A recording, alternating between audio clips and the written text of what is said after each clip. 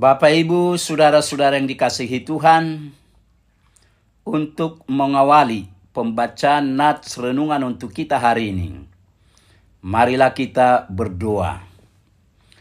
Damai sejahtera Allah yang melampaui segala akal, itulah yang memelihara hati dan pikiran saudara-saudara di dalam Kristus Yesus Tuhan kita. Amin. Bapak, Ibu, saudara-saudara yang dikasihi Tuhan, firman Tuhan nats renungan untuk kita hari ini tertulis dalam kitab Injil Lukas pasal yang ke-11 ayat 13.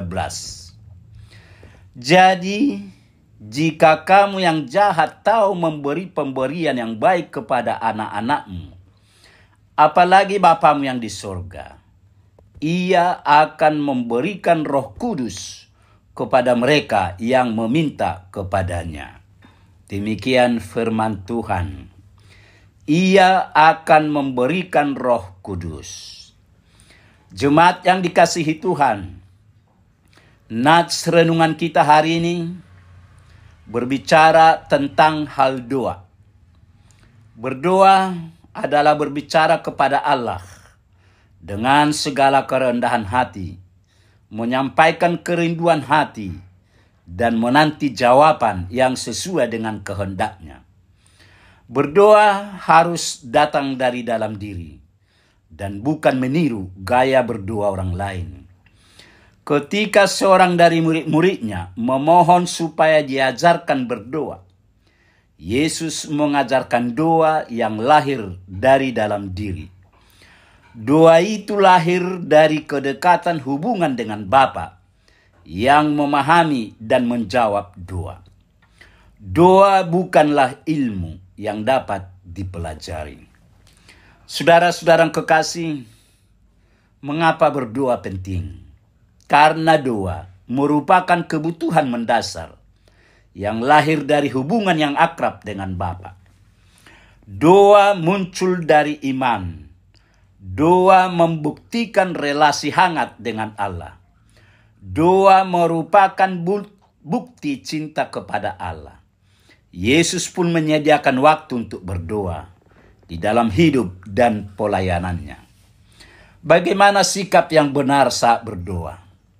Yesus mengajarkan sebuah prinsip sikap doa yang benar, yaitu seperti seorang sahabat yang karena dekat dan akrabnya tidak canggung menyampaikan kebutuhannya kepada sahabat. Lalu si sahabat rela menolong. Demikian Allah, Ia pasti akan menjawab setiap doa yang dipanjatkan. Allah mendengar doa-doa karena Allah adalah Bapa dan pendoa adalah anak-anaknya. Setiap Bapa akan mencukupi dan memberi yang terbaik untuk keperluan anaknya.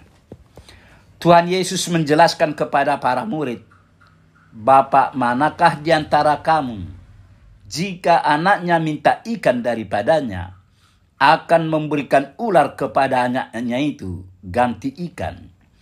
Atau jika ia meminta telur, akan memberikan kepadanya kalajengking?"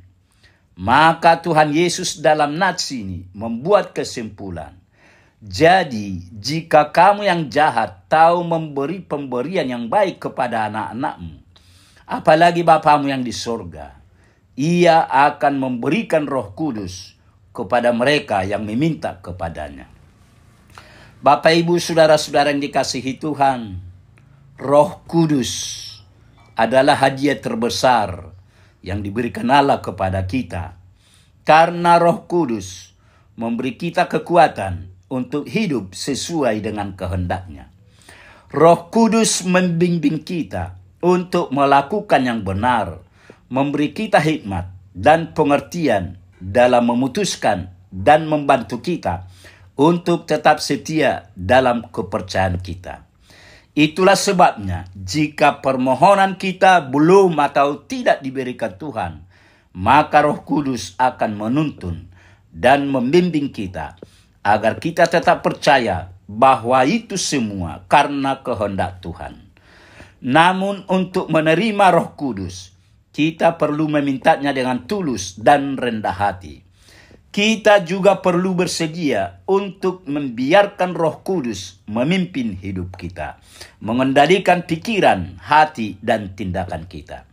Jika kita meminta Roh Kudus dengan sungguh-sungguh dan hidup dengan iman, kita akan menerimanya sebagai hadiah terindah dari Allah, melampaui semua yang kita harapkan di dunia ini. Intinya, hanya mereka yang sungguh-sungguh berusaha dan konsisten akan mendapatkan apa yang dicari. Mari nikmati doa dalam hubungan kita sebagai anak dan Allah sebagai Bapa. Amin. Marilah kita berdoa.